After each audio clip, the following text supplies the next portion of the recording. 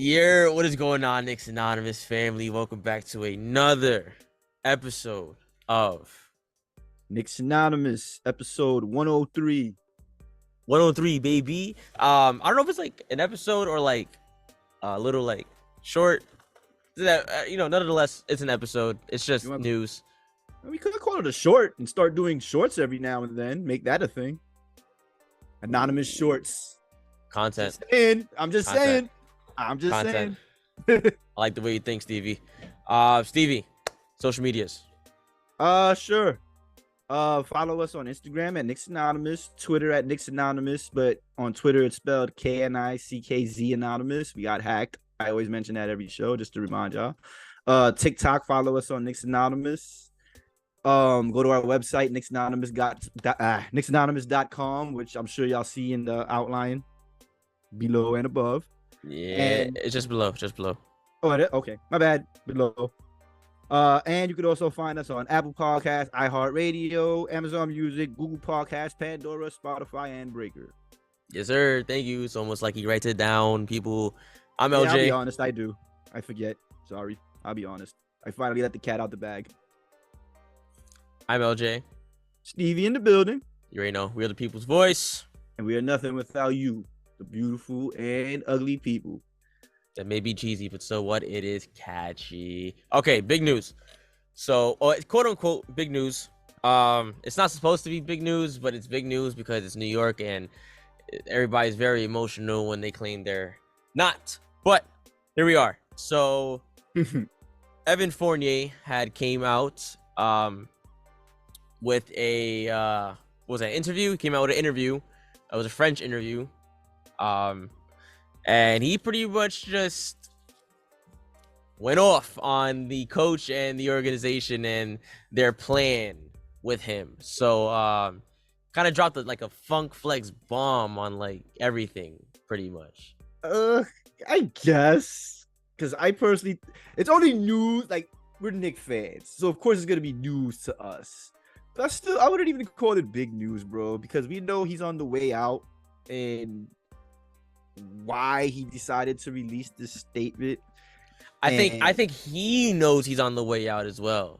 Well, of course. He's throwing the ultimate fit. That's what it sounds like. Honestly, like, I'll be real.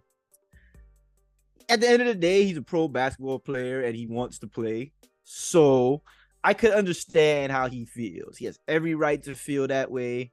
Because despite the fact you make not hundreds of millions, but like he makes 80 million basically. He signed a 4-year, $20 million. He makes $18 million to sit down next year. Yeah, that's another thing. He's complaining while making that much money. But again, that's redundant because he's a competitor. The guy wants to play regardless of how much money he makes. But again, as you said, getting paid a lot of money to sit, bro. I kind of wouldn't complain if that was me. That's just me. No, but yeah, honestly, so you got to look at it from his standpoint, right? So he in his standpoint, he's saying it's more than the money. I want to play. I want to be important. Cool. I could agree with that. Again, he's a competitor. Competitors want to compete. So I can understand that. But bro, there is a time and a place. There's a way to handle things. Okay, you don't go to the press and just start dissing Tibbs and our plan and our direction. And did he mention I saw the quote, but I didn't see like the whole thing. I saw like the main points, but I heard it was like a little longer than the main points. He didn't diss Tibbs. He was just like, that's what I was gonna ask. Did he mention him by name? No, so there was pretty much like, so they explained what happened. So like what happened is Tibbs told Fournier that, yo, we're gonna make a change. We're gonna switch things up. And the switch up was when I believe Grimes took his starting spot. Because I believe Fournier was starting before. And I think Grimes took that starting spot. And that's when they started the 9-man rotation. And that's when he went on that like 9-game winning streak. Or 8-game winning streak. They sat Rose as well. Because remember, Rose was getting minutes in the beginning of the season too. And we Correct. started kind of rocky. Correct. And after the results, which everybody loved, let's not forget this. Everybody loved the 9-man rotation. Tibbs was like, "Yo, Fournier, let me tell you something, bro. You're done." That's paraphrasing, yo. I don't think he said that exactly that way. But No, he didn't say it like that. But like, bro, I could imagine that's how it went down, though. Not in those words, but that's how it went down. Now that I say it like that, it's like that's kind of messed up. It is. It's messed up in its own right. But dude, it just is what it is, bro. It worked. We worked without you, and I'm sorry. Just be ready, I guess. You know what I mean? Just that's all you can do as a professional. Is just be ready. And Fournier did not like that. I don't really blame him. But at the same time, it's not a problem thing. Like I don't it's a coach's duty to make a coach's decision. He saw that something was working, told the player what was the deal. Like he didn't just sit him down without saying anything. He was professional enough. Ass on that bench. You know what I mean? He was professional enough to come to him and be like, "Yo, bro, listen, I'm sorry. Like this is how it's gonna have to be." And so cool, didn't take exception, whatever. But this is when things get sticky. Evan Fournier continues to talk, and he says in practice on 5-on-5s, he would just be standing on the sideline with no other than who? Yes, sir, Derrick Rose. Yo, bro, that's it's like this is like a soap opera. And then apparently they would look at each other and be like, and they said like, "Yo, what was the like, what are we doing? What are we doing here? What are we even doing here?" Yo, bro, that's hilarious. Let me tell you why that's funny, bro. First of all, your man threw Derrick Rose under the bus. Let's throw that out there. Come in, Derrick Rose was home chilling. Even if Derrick Rose has something to do with it, why would you even mention his name? Yeah, this is about you. This is about you, Evan Fournier. Exactly, bro. It's your interview. You know what he did? This would be like, bro, let me compare this to something. Let's say I'm talking bad about somebody and you're standing with me. And I'm talking shit to the dude. And he's standing right in front of my face. I'm saying all kinds of bad stuff. And as soon as I finish saying bad stuff, I go, you know what? And LJ feels exactly the same way. And she's gonna be like, "Hey, whoa, how did I get in this?" You know? That's what, bro. He threw him under the bus, bro. Because like you said, even if he said that, why would you bring him into this? And when he's not even there. He's not even there. Yeah, he signed with Memphis. He's not even there. He signed with Memphis. He left quietly. And professionally, straight up. Yes, he left quietly and professionally. He probably went to the Tibbs and to the management, was like, "Yo, listen, I appreciate what y'all doing, but I want to play." And that's it. Yeah, he said, don't exercise my option. And they was like, "Cool, bro, you did good." This is how Suma went. What you said happened. Leon and the rest of the front office was like, cool, hook this up, mentored our young guys, we're a better team. I mean, here's your money for next year. Good luck. Professional way to do it. And they found him a good place too. Memphis is not a bad place. Oh yeah, bro. I think that was one of the most impactful signings of the offseason, not for nothing. Especially with Ja Morant over there. Derrick Rose would be a good mentor for him. But yeah, bro. Like that was Evan Fournier did an odd thing, bro.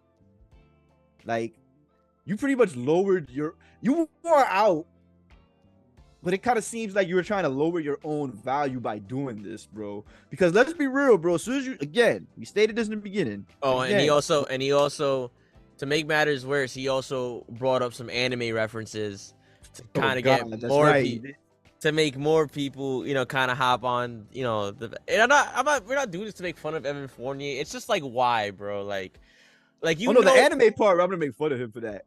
Like, what would you try to say, bro? You was charging up. Look, listen. This is what Evan Fournier said he was. Yeah, he's charging up. Ain't that what that is? Like, yeah, I'm not big. I know Dragon Ball. I don't watch Dragon Ball like that, but I know when they like recuperate and they charging up. So I know that much. Excuse me. So yeah, so in this scene right here, he was hurt and he's in this chamber and he's like healing. Oh boy. So Evan Fournier is basically saying that he was ready to go, which is cool. We didn't need you. So Yeah, bro, you was a liability on defense, bro. You On a defense, bucket, don't bro. get it twisted, but you was a People got. liability on defense. Thank you for bringing that up, Stevie, because we need to start getting logical. I feel like we're just bashing Evan Fournier just to bash Evan Fournier. So I mean, bro, like, you know what? I don't want to bash. We're not bashing him, you know, because like he had a good season the year before when we didn't make the playoffs. He broke the 3-point record once held by John Starks. I'll congratulate that. He had some good games, but this past season, I guess to make things simple, trying to figure out a nice way to say this. You lost your spot. That's not a bad way to say it. It just happens, bro. That's the business of basketball, bro. You lost your spot. That's any sport. same thing with A Obi. young cat comes. Yeah, same thing with Obi Toppin. Sometimes a young cat comes, takes your spot. In Obi's case, sometimes you don't earn your spot. And with Fournier, it was with Grimes. Yeah, with Fournier, it was with Grimes. Grimes took his spot. With Obi, it was Randall. He didn't earn his spot. Because remember, again, not to get off the topic of Fournier, but Obi was going to replace Randall. He didn't do it. That's why he's gone. Just logical. And we got Dante DiVincenzo as his replacement, which is he's a way better defender than Evan Fournier. You can argue that Evan Fournier is a better shooter than Dante DiVincenzo, but I could argue that Dante DiVincenzo is more efficient than Evan Fournier. So that's a good argument. I'd be cool with that. And DiVincenzo is actually a better ball handler and can drive to the hole and can run an offense. And most importantly, he plays defense. Yeah, facts. It is what it is, New York. Why can't we just accept trades? I don't understand. Why can't we like acknowledge improvement? Like, I look weird too. Wait, hold on, Steve. Hold on. I'm about to go off. Hold on. I feel it. Okay, go ahead. I'm about to go off. It wasn't even supposed to go here, but it's going here. So on Twitter, Stevie. Oh, no names. No names. No names. It's not even about that. It's about it was me. I tweeted you. This. Oh, something else. Okay. I tweeted this. Oh, by the way, it's two of us. In case some of y'all don't know. Go ahead. I'm just trying to throw that out there. Yes, on the Twitter account, you do not know who you're talking to. It can either be me or him, and we will never tell you who. So stay enraged. I put on Twitter what the Knicks accomplished this year. I put made it to the second round of the playoffs. Grimes made the Rising Stars game. Brunson and Josh Hart played a significant role in getting us into the playoffs because it was Brunson's first year, and we got Josh Hart in the middle of the season. Randall made his second. Oh, thank you for my Instagram family for correcting me. I was doing a lot of angry typing this morning. Me and Stevie were at like complete war with this whole Evan Fournier thing. All I said was facts, and that shit started a firestorm. All he said was That's facts. all I said, y'all. I said facts. I agreed to a comment. And then I was like, quickly came in second for sixth man of the year. And all I hear is we didn't play Obi or Fournier. I mean, after hearing all them accomplishments, obviously it worked out. I don't understand, bro. You know what weirds me out too, bro? Everybody wanted Fournier to sit. Remember at the beginning of the year, the whole thing was, Tibbs needs to play the kids. Tibbs played the kids. That's what happened. That's how we got in the 8-game winning streak. Like, bro, so I don't understand. Where is this anger coming from, bro? You know what it is? It's because he criticized the coaching. So everybody that wants Tibbs fired went on their little social media firestorm and ran with it. It was like, yeah, this is why we got to fire Tibbs. Even Derrick.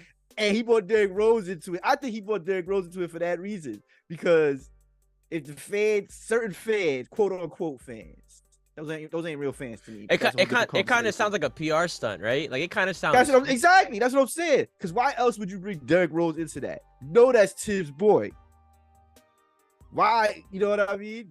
Why look at it this way? He wasn't the only one not playing. Jericho Sims wasn't playing either. Why didn't he have that conversation with Jericho Sims? You know what I mean? So yeah, Sims was chilling. This is a PR. This was supposed to be a PR stunt, I believe. I don't know what, but I'm gonna assume since he knows he's getting traded to get teams to be like, oh snap, Fournier is available. Pretty much, I think he lowered his trade value and made it much harder to trade him. Because let's be real, bro. Like you on another team, you a coach on another team, and you see he's doing that after years of being a professional. Isn't that gonna throw you off a little something? Like, yo, where's this coming from? What the And Zion effect? He was talking, yeah, mind you, he was talking like he was going through hell. Like, what are we doing here? Like, standing on the sidelines. Bro, we were winning. Bro, we're in the best position we've been in years. Hypothetically speaking, I know the Knicks aren't close to it. Let me not say we're not close to a championship. We actually are. We're closer than we've ever been. I don't care what nobody says. We're pretty damn close. We made it. We would have one of the final 8 teams in the playoffs. That's pretty close. But anyway, hypothetically speaking, let's say the Knicks win the chip this year. Is Evan Fournier saying all this? Because, bro, when teams win championships, everybody celebrates, bro. Everybody gets TV time, even the end of the bench player. Remember, bro, as a matter of fact, I even bring one up. When the Lakers won their championships in the years Kobe and Shaq was there, they had a bench player named Mark Madsen. No good role player. But you know what he was known for? Dancing when they win the championship off beat. Evan Fournier would have been that guy. That would have been Evan Fournier. He still could be that guy. Hypothetically speaking, he could still be here. He. I don't think he really thought this one through. Because what if they decide to keep him? You know how awkward that is. I mean, yeah, that too. And let me not say keep him, but we just might have him to the deadline, bro. So yeah, you're gonna be that dude that when you walk into the locker room, everybody gonna be like, you know, like, and Tibbs is gonna be like, oh yeah, you're definitely not coming in. Yeah, he definitely not. Yeah, don't even come to practice, bro. Like, yeah, go home, bro. Just take your money and go home. Take your. I wouldn't blame Tibbs if he did that, but Tibbs not that kind of guy. Tibbs is a professional. And listen, okay, before we get, because we have been called, oh my God, we've been called some names today. We have been called, well, we were told to get off Tibbs's nuts. So let's hold on. Let's say something for a second. Overall, let's look at the bigger picture here. Tibbs is 2-1 in his career with the New York Knicks. Both times he went to the well, not both times. He improved. First time he went to the first round. Second time he went to the second round.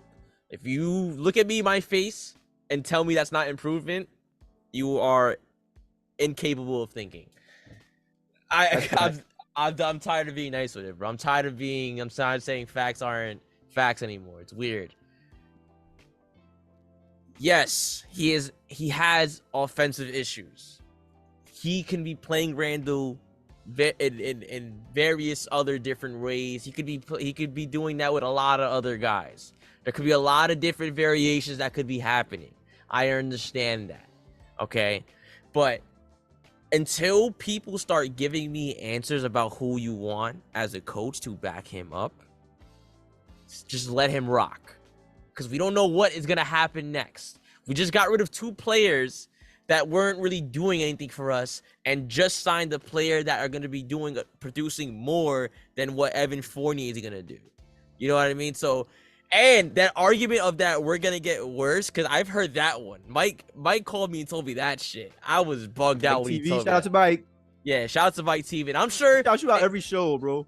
If he said that. I bet people who watch the show are like, who the hell is Mike? Bro, if he said that, that means there's a bunch of other people that think the same as him. He was just trolling, probably. Why he said we take it a step back? I'm curious. He's trolling. He's just saying, I know, but what did he say? What was his reason? He's saying that he asked me if I really thought that we didn't need him in the Miami series. And I was like, yeah, for shooting, but dude, like, you got to get back on defense. Like, but we would have got torched.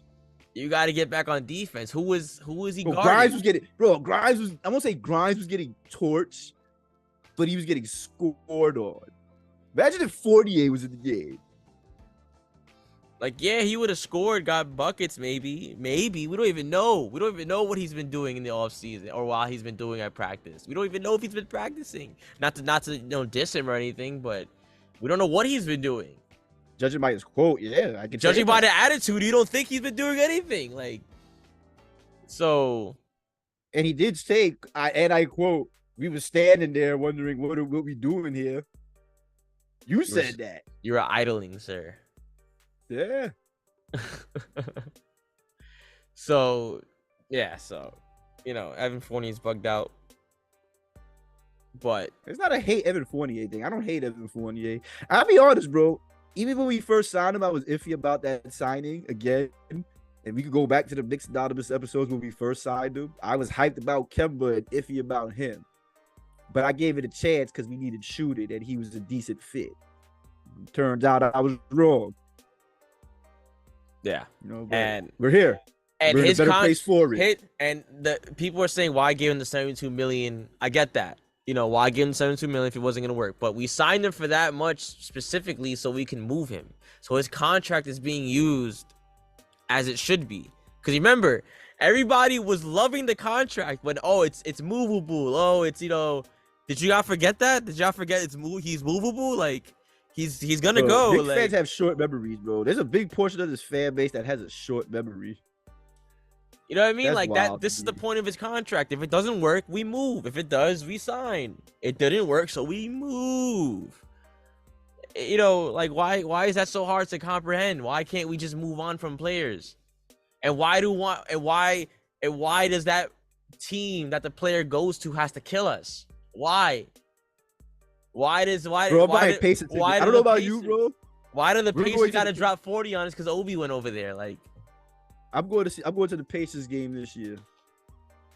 Bro, like I told you on the phone, bro, I don't even care if we don't even make the playoffs. I just want to make sure we beat the Pacers every single time. I want to beat them so bad that the head coach, like, they have to fire him. Like, that'd be sweet.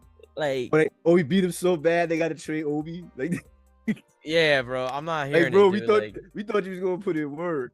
Randall drop 50 on your head. Like, and listen, that's what I want. I want Randall to drop 50 on his head. I want terms and conditions, okay? I don't want, if the Pacers beat us and Obi did not play, I don't want to hear nothing about Obi's better in Indiana.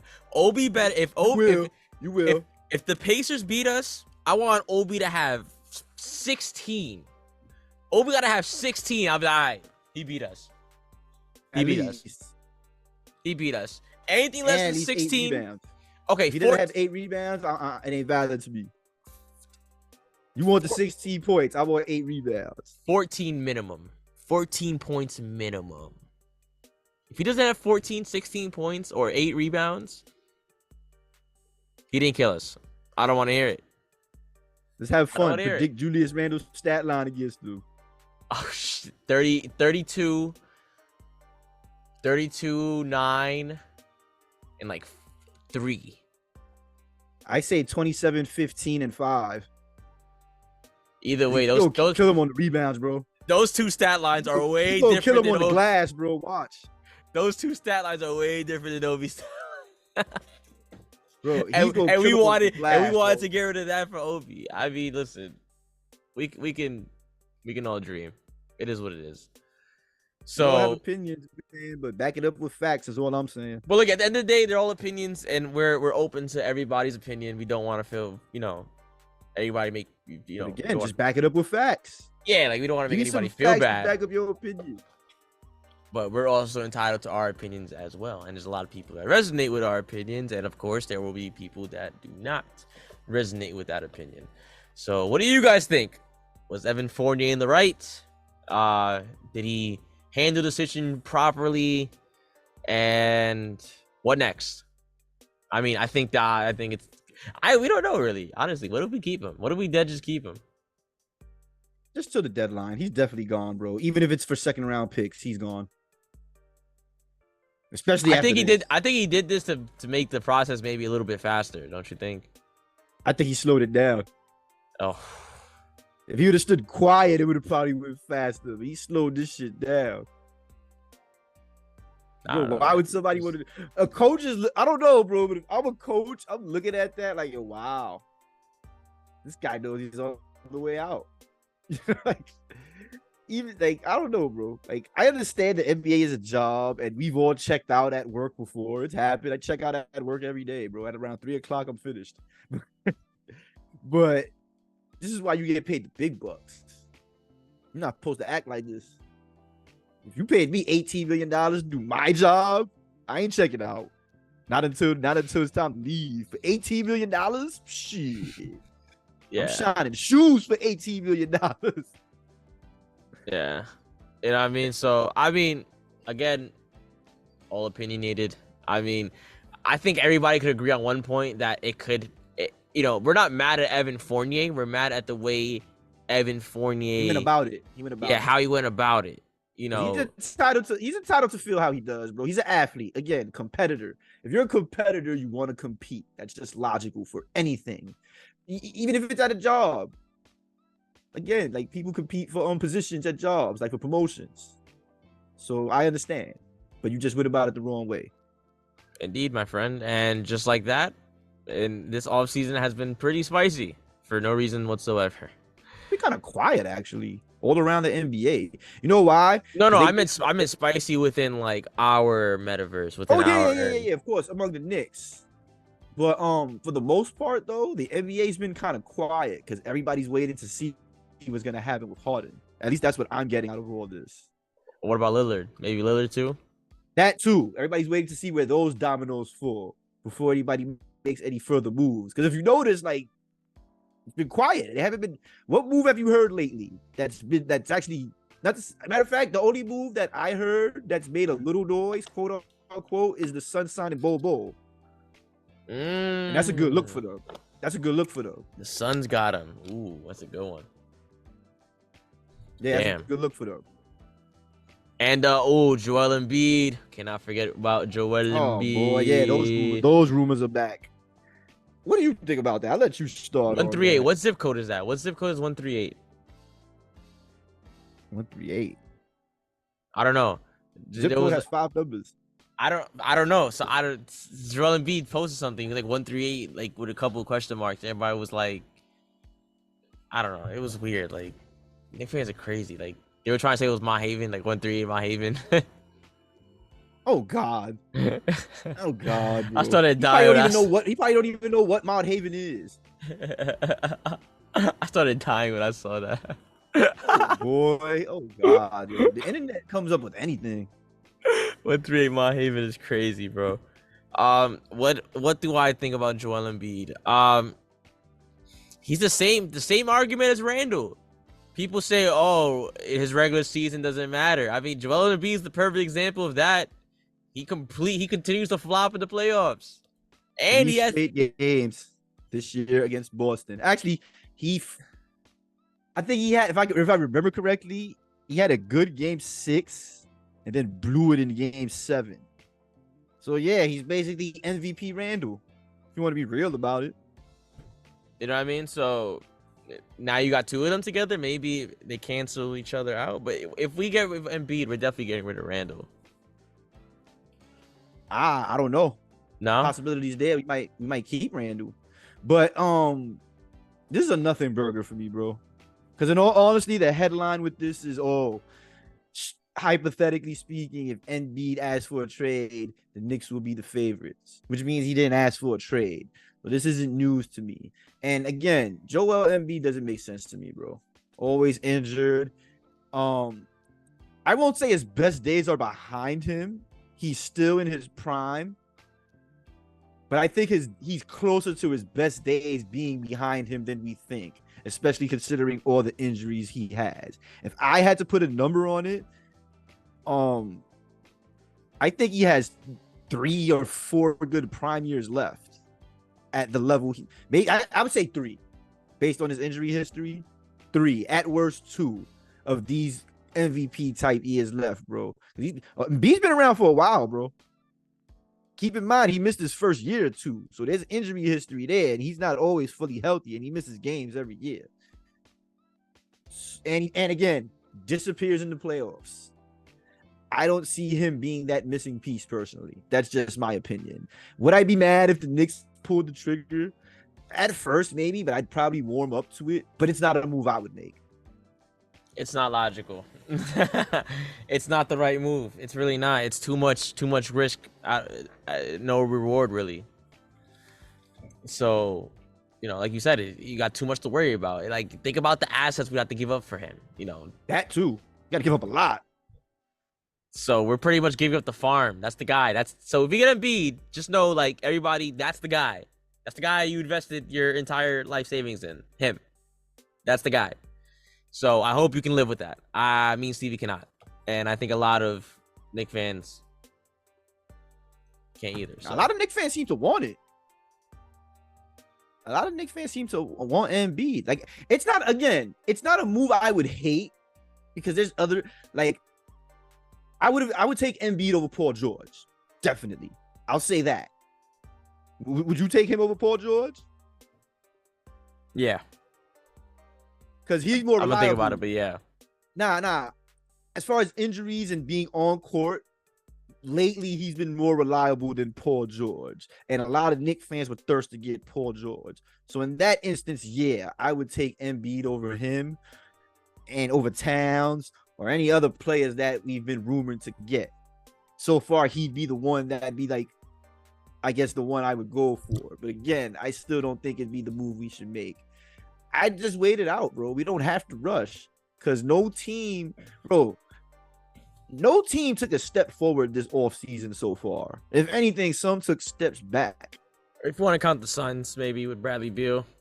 Well, yeah. They took that. That's if he stays healthy, though. That all depends on his health. I mean, don't wait, whoa, don't underestimate our trade, Stevie. Not our trade, our signing. I'm not underestimating. I'm talking about the NBA as a whole. Like, we took a step really improved like that. Like, nobody, like, who took a step forward that said, all right, this is gonna be the team that's gonna take the Nuggets out? Nobody. Oh, nobody. No. Nobody. But the most impactful move, in my opinion, that actually made the team better was the Memphis Grizzlies getting Marcus Smart and D Rose. Those were the most impactful moves of this. Yes. Those were the most impactful off-season moves for me. Because they needed that. This Ja Morant is a head case. Not a bad player, not a bad guy either, because I like Ja Morant. That dude, he's gonna be the truth for a long time. If he keeps his head straight. Yeah, if he has that guidance, he's gonna be around for a while. People gonna have to get used to him. I think Marcus Smart and D Rose are pretty good teachers. Yes. So. Yes, and not for that, Marcus Smart makes them a way better defensive team. So I'm telling you, watch out for the Grizzlies next year. Those were the most impactful signings. Do they make them better than Denver? No. So that means basically next year, Denver's the favorite again. And the East is wide open. That's how I see it. And that's a great way to see it. Look, and we've said it before on previous episodes that if you take away our bad start, because a lot of people forget, we had a rough, rocky road in the beginning. We were finding our footing. Me and Stevie did the math, and if we would have took the skill set that we had towards the mid-season, towards the mid and end of the season, and we put that in the beginning of the season, we would have won a lot of those games we lost by 3, by 2, by 1, by 5, by 4. And bro, I still have that list of games we should have won. It was 9 games. So those 9 games, we would be, because we had 47, right? No, we finished with. Hold on, let me check. No, go ahead, continue. My fault, bro. Go ahead. We finished with how many wins, Stevie? I'm checking right now. My fault, bro. We finished 47-35, which means if we won them 9 games, we'd have 56 wins, bro, which would have put us at what seed? Bro, they would have had us 3rd seed over the Sixers.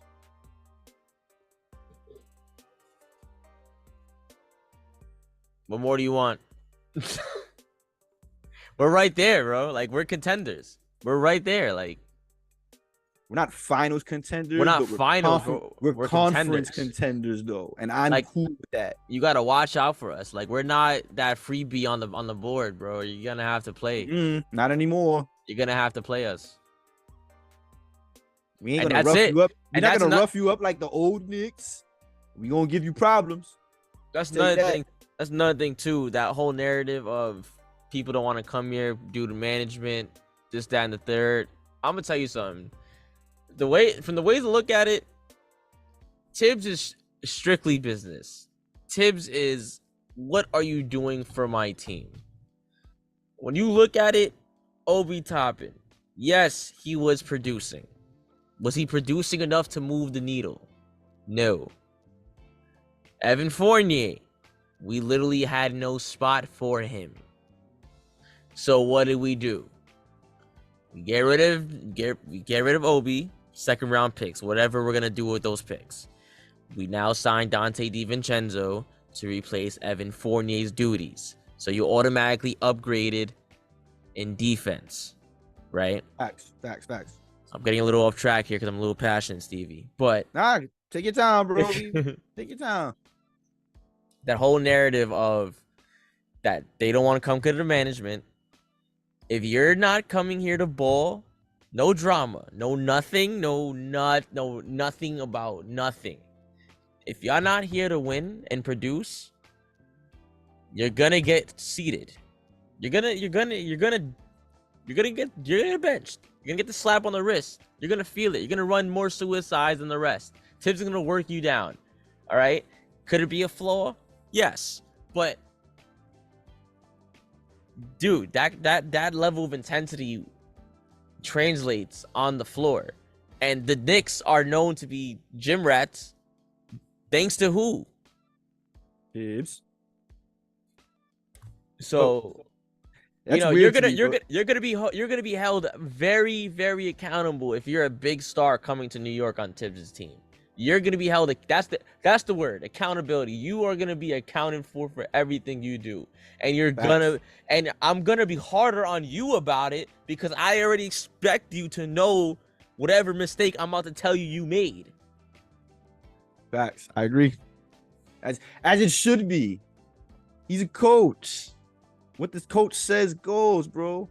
You know what it is with today's NBA? Everybody expects the players to be in control, which they are. This is a players' league now.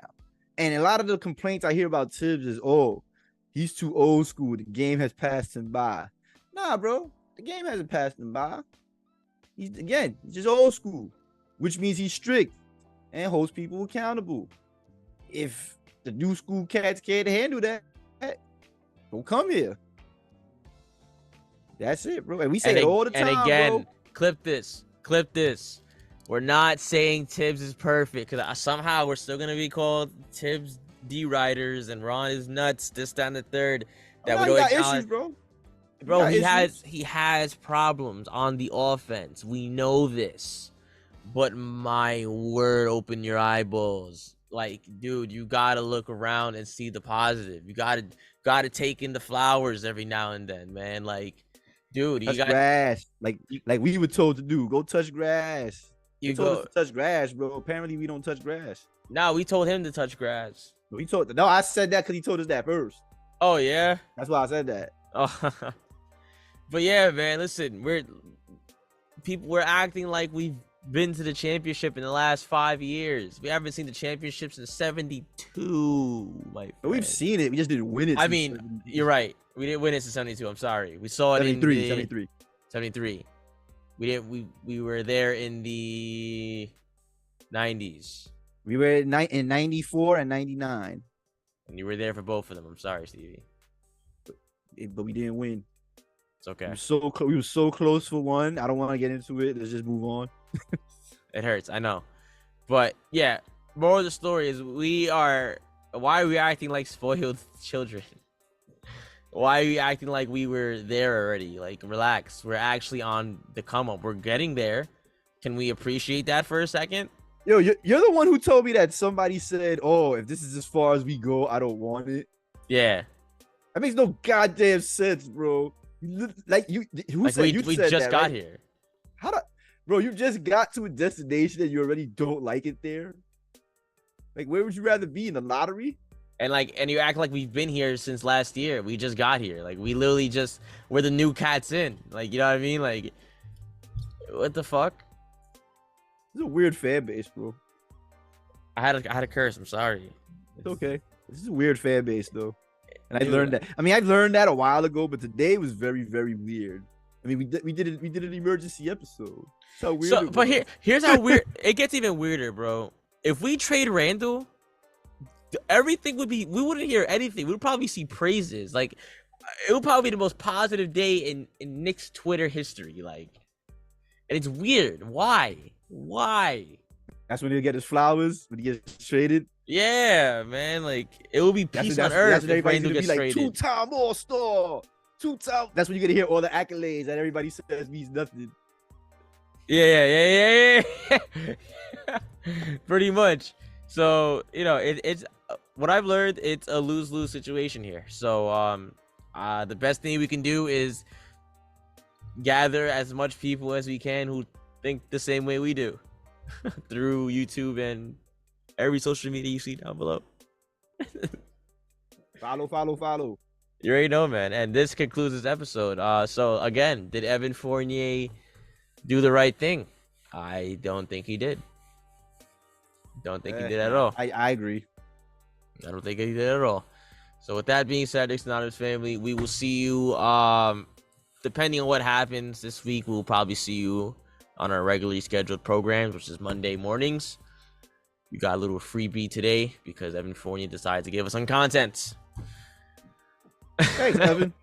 Thank you, Evan. It was kind of a nothing burger, but then again, it wasn't. It kind of opened some doors. Yeah, the Knicks You know what I people, mean? the Knicks community opened the can of worms for us, honestly. So it was more the Knicks community that we wanted to get on about the situation because for some reason we could get rid of everybody else besides Obi and Fournier. God, imagine if we built around them instead of Jalen Brunson and Julius Randle. I don't know, bro. That's what it sounds like, dude. You would think the way people treat Obi and Fournier, you'd think they're the franchise. Weird. It is what it is, though. It surely is, gentlemen and ladies. I said that backwards. I'm tired. I gotta go to work tomorrow at 3 a.m. I'm tight. I'm here for y'all. Yeah, Jesus is indeed Christ. So, shout out to Knicks Anonymous family. We love you guys. We will see you Monday, probably. Follow us. If not this Monday, the following Monday. That's a fact. You know how we do. Peace.